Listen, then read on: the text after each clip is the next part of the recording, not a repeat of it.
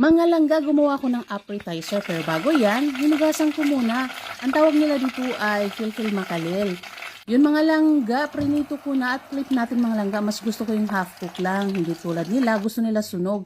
Ako ganyan lang, total dalawa lang naman kami kakain yan eh. Hindi yan pwede sa mga anak ko dahil manghang konti. Then nag-squeeze ako dyan ng 1 lemon mga langga. Then lagyan natin ng salt.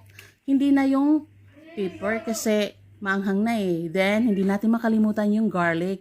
Yung crushed garlic malangga, mas maganda kung marami, o diba? Then, yung cumin mga langga, yun yung pampalasa. At hindi ako kontento mga langga sa kutsara. Then, kinamay ko na. Total, dalawa lang naman kami ang kakain nito, diba? Mas masarap nga yung kinakamay, o diba?